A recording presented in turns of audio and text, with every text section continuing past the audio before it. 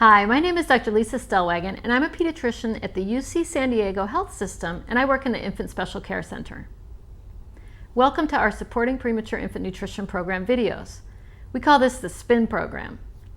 It was started by our NICU team to improve growth and nutrition for premature babies and to help their moms make milk for these infants.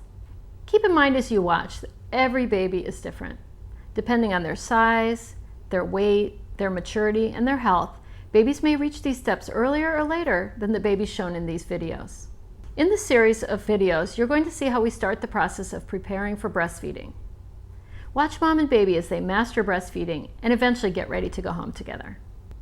For the mother who's been pumping for months, teaching the baby to breastfeed can be her reward for maintaining a good milk supply and a benefit for the baby as well. Breast milk's protective benefits continue after the baby goes home from the NICU. In these videos, you'll meet Kimberly and her twins. She had her twins very early. Riley and Jack were born at 24 weeks and 6 days, and they were tiny. Riley weighed only 1 pound 10 ounces, and Jack was an ounce more at 1 pound 11 ounces. Even though her babies were too small to breastfeed at first, Kimberly pumped regularly so that we could feed them her milk, and she made a lot of milk. Riley is now just 27 weeks gestation, and she's still on CPAP breathing support. Watch how Riley's nurse and the respiratory therapist help mom and baby learn how to safely spend some valuable time together, skin to skin. Hey Kimberly, I'm so glad you called this morning. Hi. To make an appointment for some skin to skin time. It's really great that you do that every day because this way I can coordinate Riley's care and it will give her the best opportunity to have a good skin to skin time. But before we get started, we want to make sure that everything's ready. Looks like you're ready. You have your zip down shirt. You can also wear, a camisole, a stretchy one. I think it works better though when your baby does not have a breathing tube or isn't on CPAP. So I think this is perfect. We also have all the equipment we need. We have the rocking chair, pillow, blanket, and most importantly, we have a respiratory therapist to help us because we do need help. Okay, let's get started. Before we even open the isolette, looks like Riley's having a little desaturation here. You see the pink number? We want to kind of take a look at that and make sure she's in the 90s before we get started. So there she goes. Leslie's helping us out by giving her a little bit more oxygen.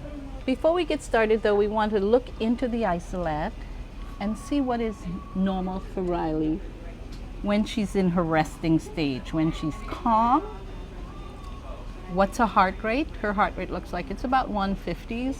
Her saturations are about 100 right now. Her breathing, she looks like she's just sucking on her tube in there. Come closer, because I want you to become familiar with what's normal for her. The quicker you become familiar with what's normal for Riley, the easier it is for you to recognize when she's having difficulty when you hold her. Okay? Okay. When we open the isolette, the first thing I want you to do is to place your hands on her, and we call that resting hands. Just place your hands on her, talk to her, tell her what you're going to do before we get started, okay? Then we're going to change her diaper. And in the meantime, Leslie and I will check her vital signs, make sure her saturations are okay, and we will continue to assess whether we need to stop what we're doing or we can continue. Sometimes it's just a change in her environment that causes her to desaturate. And it may be that all we need to do is to step back and she'll be okay. Or we may need to increase her oxygen. But Leslie and I are here to help you with that. Okay? So we're going to open up the isolette.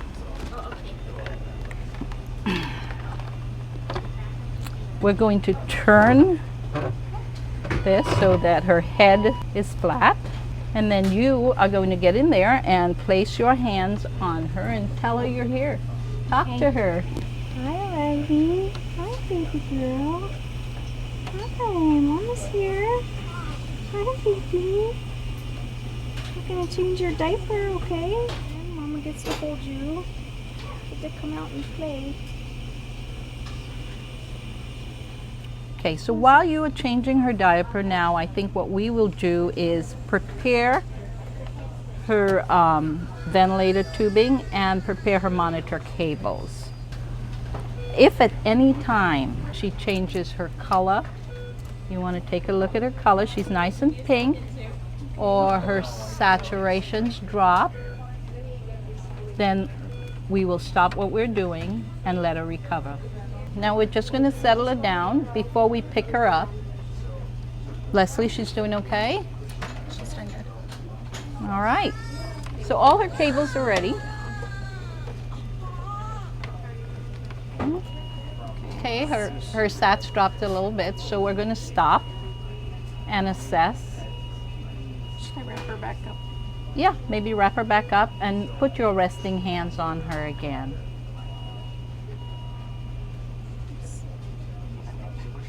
Sometimes it's just a change in the environment that makes her upset.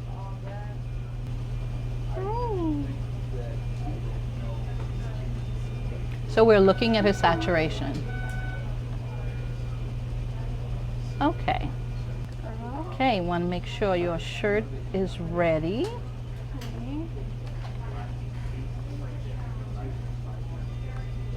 And we are ready to pick her up. You're going to pick Riley up and you're going to place her chest on your chest. Okay. And you want to put as much of her body on you. I will take the cables and Leslie will move the ventilator tubing. Don't worry, she may desaturate at this time, but we'll be here to help.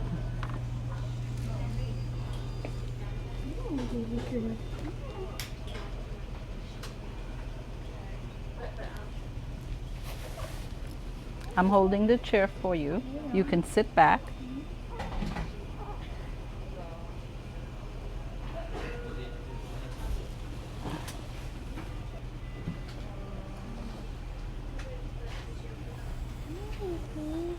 The prongs out. Thank you. Thank you, Leslie. And again, we will continue to assess her level of stress. So right now, when you look up at that monitor, you see her saturations are 98. Her heart rate is almost back to baseline for her. What's normal for her, 140s. We had discussed before, when you're holding her like that, you can actually feel her breathing. Yes. And so when you're feeling her, if she decides to stop breathing, it's really nice to take that hand that you have on her and just stimulate her. Instead of waiting for her to stop, just stimulate her breathing and she will continue to be nice and even.